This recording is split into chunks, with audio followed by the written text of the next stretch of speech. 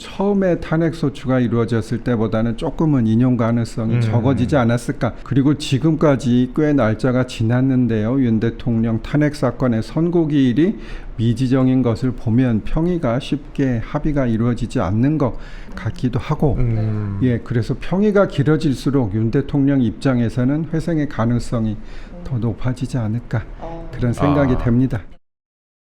헌법재판은 상당히 정치적인 성격이 있어. 제일 중요한 거는 숫자예요. 예. 그러니까 결과적으로 6대2냐 인용, 5대3이냐 기각. 기각. 저는 이 기로에 서 있다. 이 한 명 차이, 이 한 명.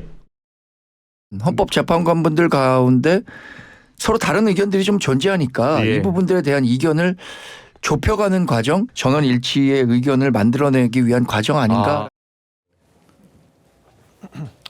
법조계에서 이런 말이 나옵니다. 대통령 탄핵 심판 선고 앞두고 헌법재판소가 전원 일치 의견을 만들어가는 모양새다. 전원 일치를 만들어가는 거다. 다음이요. 비슷한 취지 같습니다. 다음도. 졸속 심리와 불공정 재판 진행 등 논란을 일으킨 헌재로선 정당성을 확보하기 위해서 전원 일치가 필요할 거다. 전직 헌법재판관 얘기는 이겁니다. 평의가 비교적 길어지는 건 재판관들의 의견이 쉽게 안 모아지고 있기 때문이다. 박 대변인. 예. 지금 이런 얘기들과 또 제가 또 듣고 있는 얘기들 종합해보면요. 시나리오는 딱 2개 나오는 것 같습니다. 2개. 뭐냐. 탄핵 인용에 필요한 6명을 못 채워가지고 지금 연기되고 있는 거다. 미뤄지고 있는 거다. 아니다. 방금 보신 것처럼 만장일치 8명을 못 채워가지고 미루는 거다. 6명을 못 채워서 미뤄지는 것 같습니까? 아니면 8명을 못 채워서 미뤄지는 것 같습니까? 저는 개인적으로는 6표를 못 모으고 있다라고 생각을 하는 것이요. 예. 그 근거가 지금 한덕수 총리 관련된 탄핵 심판 결과가 거의 한 달 가까이 안 나오고 있지 않습니까? 단 한 번만 변론을 진행을 했고 90분 만에 끝났고 민주당 측에서는 윤 대통령 내란과 연관되어 있기 때문에 밀리고 있다라고 주장을 하지만 사실 한덕수 총리는 명백하게 비상계엄에 반대했기 때문에 비상계엄 관련된 것은 핵심 쟁점이 아닐 거거든요. 그럼에도 불구하고 한덕수 총리를 기각시키지 못하는 이유는 민주당이 한덕수 총리를 헌법재판관 불임명으로 탄핵을 했는데 기각을 시킬 경우에는 한덕수 총리가 굳건하게 마은혁 재판관 임명을 안 할 것이라는 것을 민주당도 잘 알고 있기 때문이라고 생각을 합니다. 다른 말로 마은혁 재판관이 포함이 되어야만 안정적으로 6표를 확보할 수 있다라는 것이거든요. 그러니까 이를테면 현재 5대3의 구도라고 한다면 결론적으로 3명이 굳건하게 버텨주면 기각도는 각하가 가능한 건데 만약에 마은혁 재판관이 들어와서 6대3이 된다라고 하면 3명이 반대를 하더라도 실익이 없는 거거든요. 반대에 물리적으로 할 수가 없기 때문에 그렇다라고 만장일치로 갈 가능성이 크겠죠. 그렇다면 결론적으로 결과를 못 내고 있다는 것은 최소 3표는 결론을 못 내리고 있다라는 것이고요. 그렇게 되면 결론적으로 저는 다음 주에 한덕수 총리 관련 결과가 나오냐 안 나오냐가 핵심적인 관건이라고 생각을 합니다. 결론적으로 헌법재판소가 이렇게 아무 이유 없이 선고를 미루는 것도 한계가 있다라고 생각을 하거든요.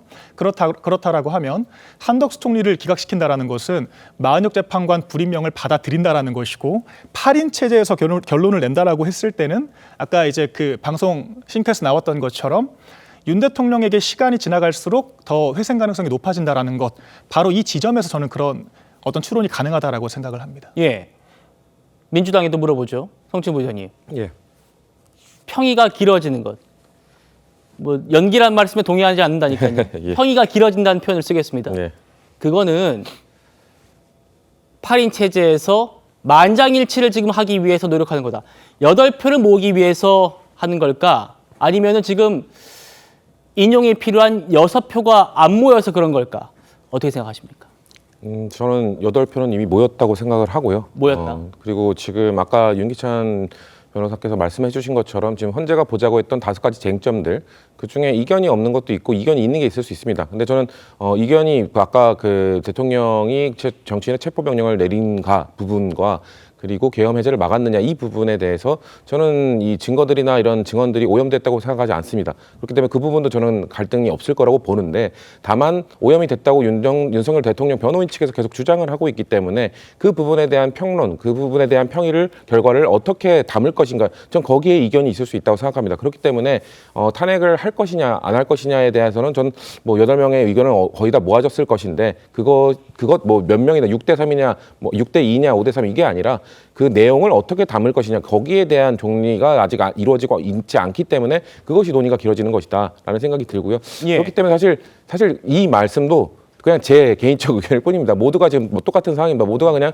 본인들이 판단하는 기준 하에서 왜냐하면 지금 제가 헌재가 잘하고 있다고 생각되는 것은 헌재 내부의 내용이 전혀 밖으로 유출되지 않고 있기 때문에 그렇죠. 그런 보안을 철저하게 지키고 있는 건 정말 잘하고 있는 것이다. 그렇기 때문에 대신에 다 모든 지금 양 진영 모두 본인들의 희망도 좀 담고 본인들의 예측을 다 담아서 지금 각자의 의견만 얘기하고 있는 것이기 때문에 저는 이렇게 다른 의견들이 계속 나오면은 국민들은 혼란스러울 수밖에 없거든요. 그렇기 때문에 좀 헌재가 뭐 졸속이란 비판은 피하면서도 좀 이미 숙고가 이미 우리가 길게 이루어지고 있다는 건 인정하고 있지 않습니까? 그렇기 네. 때문에 빨리 숙고를 거쳐서 결론을 내주는 것이 이런 혼란을 좀 줄이는 길이 될 거라고 저는 생각합니다. 알겠습니다.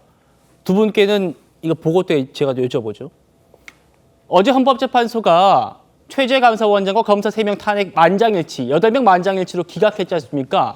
이걸 두고 대통령 선고를 염두에 둔 거다. 이런 또 흥미로운 분석도 나왔습니다. 보겠습니다. 승희도 건대 교수입니다. 재판관의 성향과 무관하게 합리적인 범위 내에선 다 합의가 된다라는 걸 보여준 결정이다. 이현환 아주대 교수, 대통령 탄핵 심판과 법적으로는 별개입니다만 탄핵에 반대하는 사람들의 분노를 좀 누그러뜨리는 효과가 있을 수 있겠다. 차 교수님. 예.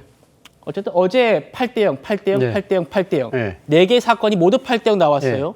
자, 우리가 지금 평의에서 8표가 못 모인 거냐, 6표가 못 모인 거냐 이 얘기를 하고 있는데 우리도 이렇게 만장일치를 할 수 있다는 걸 보여준 거다.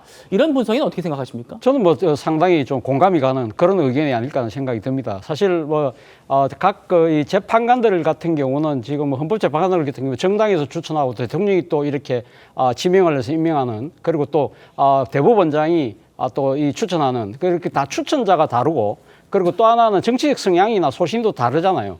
그렇다고 하더라도 이 중요한 이 대통령 내란과 관련된 이 사안의 엄중성을 봤을 때는 아마 법리대로 의견을 모으는데 그렇게 어렵지는 않을 거라는 생각이 듭니다. 어제 제가 모 보도를 보니까 지난번 박근혜 대통령 탄핵 때 그때 헌법재판관으로 계셨던 분이 이런 이야기를 했다고 그래요. 이 당초부터 박근혜 대통령과 관련해서 8명, 당시에 그때 9명의 의견이 그렇게 처음부터 이론이 없었다는 거예요. 그럼에도 불구하고 우리가 알다시피 그때 이 판결이 언제 나왔냐면 14일 걸렸거든요. 그런데 그렇다고 한다면 사실 어떻게 보면 지금 8명의 그러니까 법리대로 판단을 해서 아마 인용적으로 의견을 모았는데 왜 그럼 시간이 걸리느냐? 예. 제가 생각했을 때 5가지 쟁점에 관해서 전체적으로 그러니까 총론은 그러니까 동의를 하지만 그 강론에 대해서는 서로 의견들이 다르기 때문에 나름대로의 개별 의견을 정리하는 그런 시간이 또 지금 시간이 소요될 수 있다는 것이고 또 하나는 박근혜 대통령 때는요. 박근혜 대통령 탄핵만 집중해서 했습니다. 그런데 이번 같은 경우는 앞서 우리가 이야기했던 대로 체제감사원장이라든지 뭐 또 이 검사들에 대한 탄핵 문제라든지 마은혁 재판관의 임명 문제라든지 그리고 또 추가적으로 지금 남아있는 분들도 계시잖아요. 이런 여러 가지 상황이 지금 겹쳐 있기 때문에 아무래도 대통령 탄핵 심판에 온전하게 에너지를 집중하고 시간을 그렇게 모으는데 상당히 좀 어려움이 있는 것이 아닐까라는 생각이지 뭐 이것이 의견이 나눠져서 그 자체를 이렇게 모으기 위해서 시간을 소요하고 있다. 저는 그런 전망에는 그런 추측에는 저는 선뜻 의견이 좀 공감이 되지는 않습니다. 알겠습니다.